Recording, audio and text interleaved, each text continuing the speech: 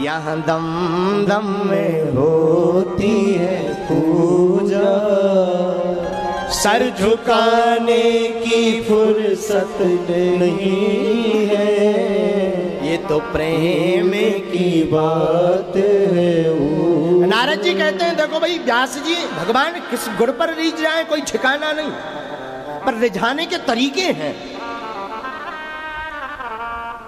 आप कंजूसी से रिझाओगे, भगवान नहीं रिझेंगे। भगवान को रिझाने के लिए भाव चाहिए। क्या चाहिए? भाव।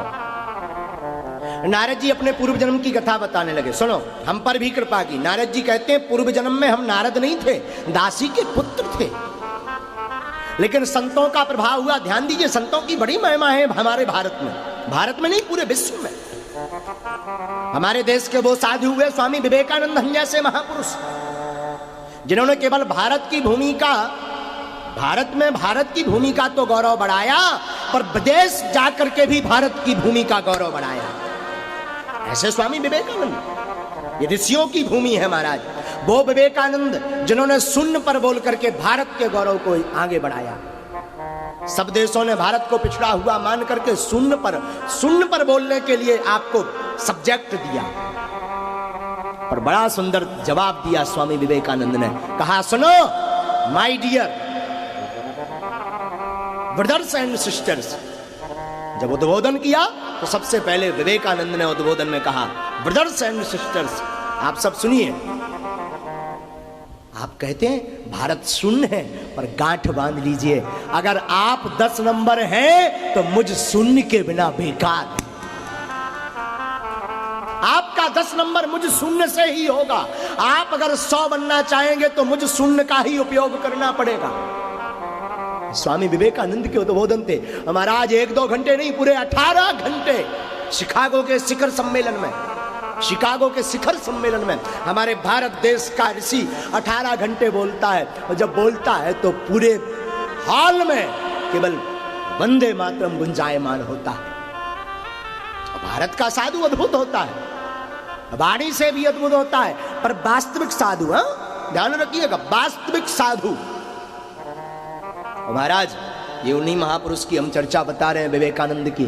जब प्रवचन पूर्ण हो गए, शून्य पर आपने वक्तव्य दे दिए, तो विदेशी एक महिला आपके वक्तव्य से आकर्षित होकर के आपकी शरण में आती और रात्रि काल में आपसे निवेदन करती कि मुझे आपके जैसा पुत्र चाहिए, तो भोग वासना की इच्छा प्रकट करती। और धन्य है हमारे देश का साधु।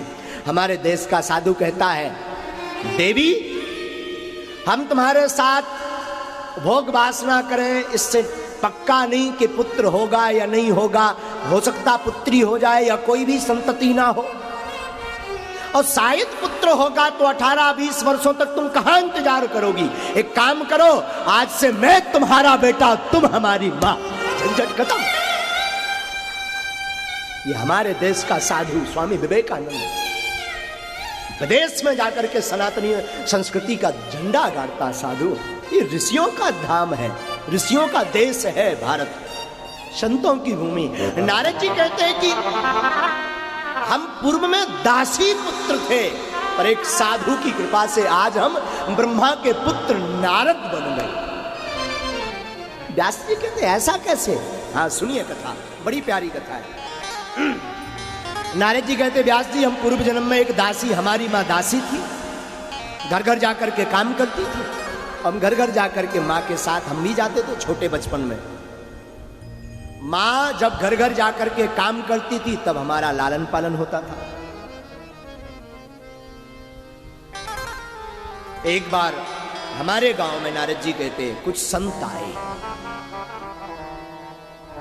संत चातुर्मास का व्रत करने आए। चातुर्मास का व्रत जानते ना?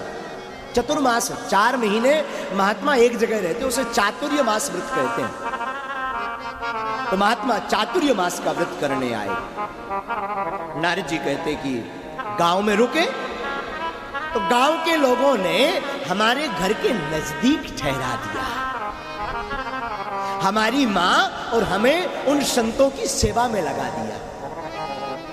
नारद जी कहते हमारा बचपना था, हम मां के साथ भी साधुओं की सेवा में जुट गए। साधु तो साधु होते हैं।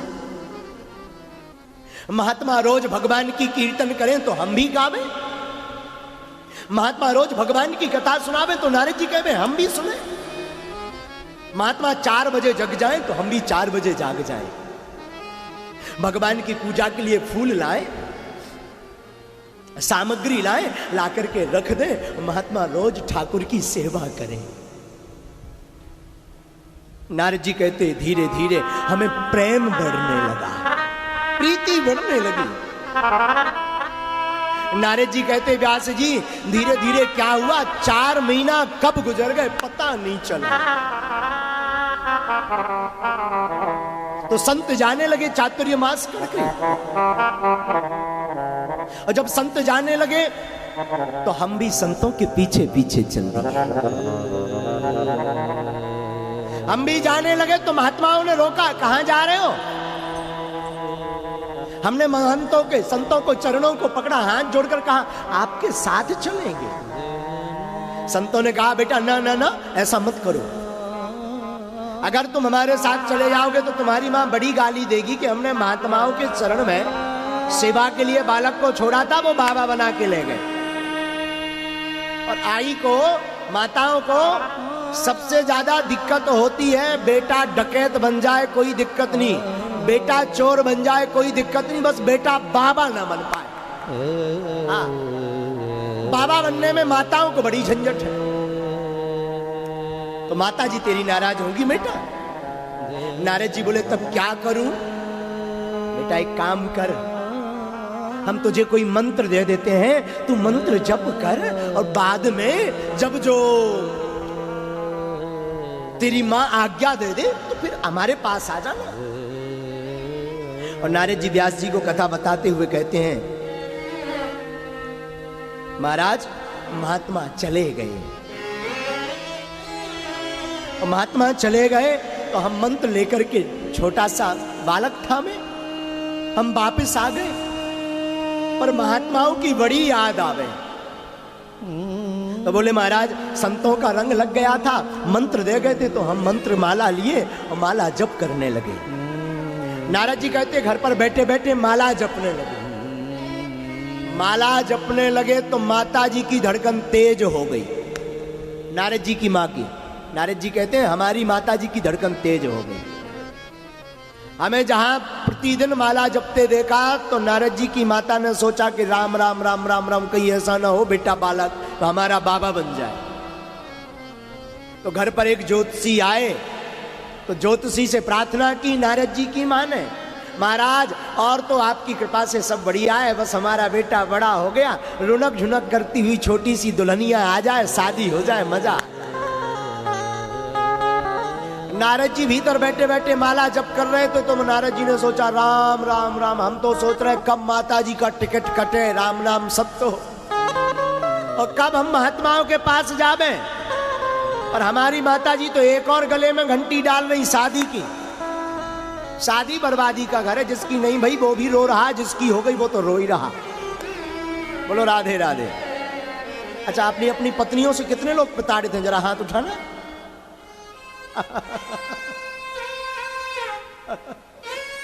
इसलिए नहीं उठा रहे हैं क्योंकि बगल में बैठी होंगी ना तो टेंशन हो जाएगी, नहीं तो टीवी में घर पे दिख जाएगा तो घर पे राशन पानी बंद, दे बेलन दे चिमटा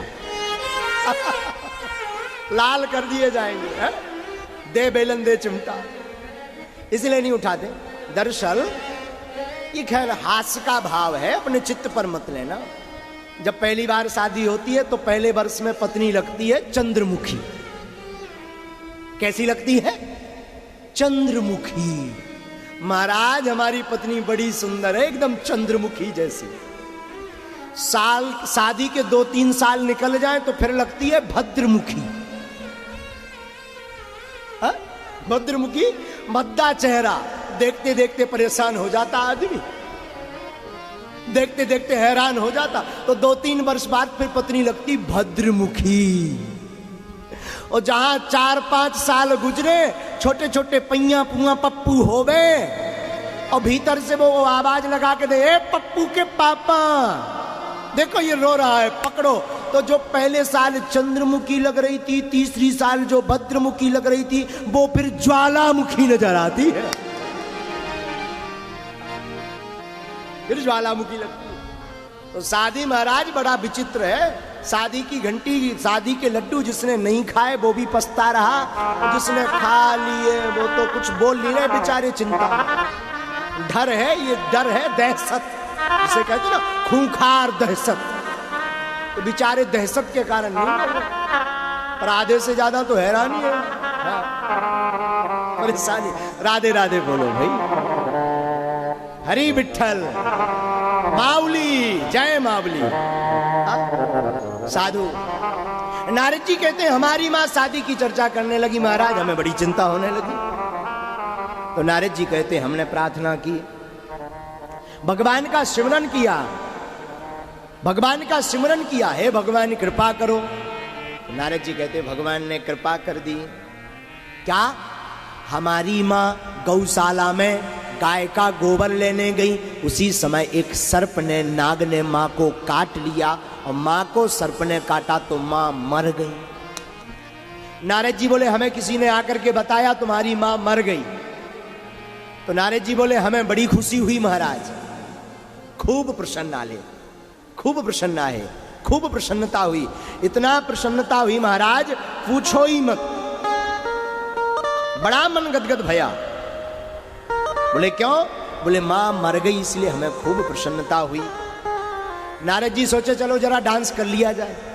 माता जी चली गई, भगवान को धन्यवाद कर दे नृत्य करके। मन में सोचा गांव वाले क्या सोचेंगे, कैसा विचित्र बेटा है, मां के मरने पर नाचता है, प्रसन्न होता है, खूब प्रसन्न होता है। तो नारद जी ने अपने आप को, नारद जी बोले व्यास जी हमने संभाला, घर पर जो धन रखा था माता जी की अंत्येष्टि में लगा दिया, और लगा करके जिस दिशा में वो महात्मा गए थे उसी दिशा में हम संतों को खोजने के लिए चल पड़े। चलते चलते दोपहर हो गई, महात्मा तो मिले नहीं, वो तो बहुत पहले जा चुके थे ना। तो नारद जी कहते हैं व्यास जी हमें मिले नहीं महात्मा। उसी वन में एक जगह थकावट लगी तो एक सरोवर में जल पिया, और जल को पी करके एक वृक्ष के नीचे हम बैठ गए। बैठे तो भगवान की याद आ गई। देखो कभी कभी पूजा करते समय, भगवान की कथा सुनते समय या भगवान का गीत गाते समय आंखों में आंसू आ जाए तो समझना भगवान ने तुम्हारी पूजा स्वीकार कर। और कभी कभी अक्सर ऐसा होता है, कभी कभी होता है जब मन गदगद हो, जब गोविंद की मधुर याद आए ना, अरे तेरी याद में आंसू बहते हैं, प्रभु की याद में जब आंसू बहते ना, कहना क्या, और सच बोलूं जो प्रभु की याद में रोता है उसे जगत में फिर रोना नहीं पड़ता। नारद जी कहते व्यास जी हम उस वृक्ष के नीचे बैठ कर रोने लगे, आंख डबा गई, आंखों में पानी भर आया और नेत्र सजल होकर के धीरे धीरे हमारे नेत्र बंद हो गए। और नारद जी कहते जब बंद हुए तो एक आश्चर्य हुआ। क्या? उसी समय भगवान का दिव्य स्वरूप प्रकट हुआ। कस्तूरी तिलकम ललाट पटिले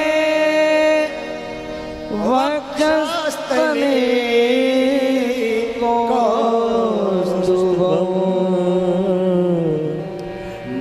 नासाग्रे मोतिकं करतले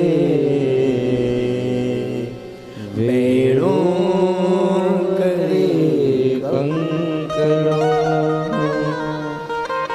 सर्वांगे हरिचंदनं सुललितं कंठे चमूता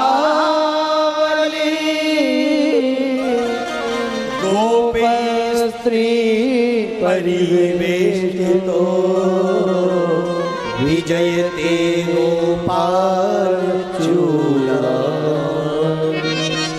कुछ देर बाद वो जो स्वरूप था ना आंखों के सामने, सांप ओझल हो गया, भाग गया। जब भागा तो मन तड़पने लगा, जैसे मछली जल के बिना तड़पती, अथवा जैसे परदेश गए हुए पति की याद में पत्नी रहती, प्रेमिका रहती, अथवा जिस प्रकार गाय अपने बछड़े को छोड़कर दूर रभाती हुई चरने जाती हो, जब मिलने की समय आती तो आतुरता से दौड़ती, अथवा जमीन ऊपर छत से जमीन पर गिरे हुए बिलखते के बच्चे को देख करके मां का हृदय टूटता। नारद जी कहते वैसे ही हमारे हृदय की पीड़ा हो गई। रोने लगे नारद जी। नारद जी बोले वेदव्यास जी हम रोने लगे, नन्हा से बालक तो थे ही हम, चिल्लाने लगे। तब तक आकाशवाणी हुई, अरे बेटा अभी तुम परिपक्व चेला नहीं हुए, कच्चे चेला हो, पक्के हो जाओ फिर खूब हमारे दर्शन करना। नारद जी बोले जहां हमने आकाशवाणी सुनी तो हमने हाथ जोड़ लिए, प्रभु कच्चे थे तो पक्के होने के बाद ही दर्शन देते। अब तो और बुरी हालत हो गई। क्यों? जब से आपको निहारा नहीं देखूं किसी और में, जब से आपको निहारा अब कोई भाता नहीं। ये जो दो आंखें थी हमारी मिल गई है श्याम से, अब किसी से नैना लड़ाने की हमें फुर्सत नहीं। आपसे नैन मिल गए, अब किसी से नैन मिलाने की जरूरत नहीं। मैं व्यासपीठ से प्रार्थना करूं, अखियां लड़ानी है तो विट्ठलनाथ माधव से लड़ाओ, जगत तो छोड़ देगा पर विट्ठल तुम्हें जन्म जन्म के लिए अपना लेगा।